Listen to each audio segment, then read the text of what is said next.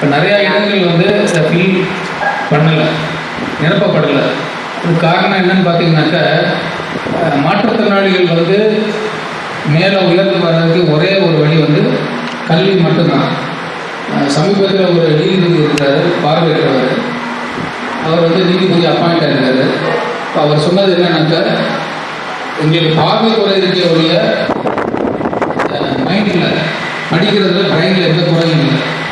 அது மாதிரி வந்து நமக்கு சில குறைகள் இருந்தாலும் கடவுள் வந்து மாற்றுத்திறனாளிகளுக்கு வந்து ஒரு அபரிவிதமான ஒரு திறமையும் ஒரு சக்தியை கொடுத்துருக்காரு. அது வந்து கல்வி.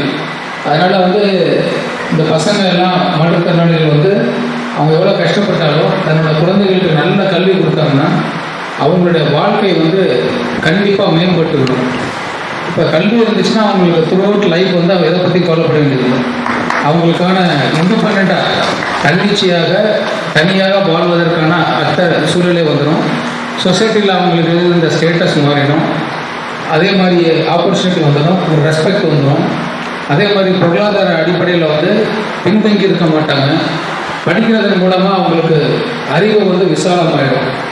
அதனால் வந்து உலகில் நடக்கிறத சரி என்ன தவறு என்ன, அதே மாதிரி வந்து தன்னுடைய நம்மளுடைய உரிமை ரைட்ஸை வந்து கவர்மெண்ட்னாலும் சரி இல்லை யாராவது பறித்து கொண்டு அதை சட்டப்பூர்வமாகவும் சமுதாயபூர்வமாகவும் எதிர்த்து கேட்கக்கூடிய ஒரு மனநிலை வேணும்.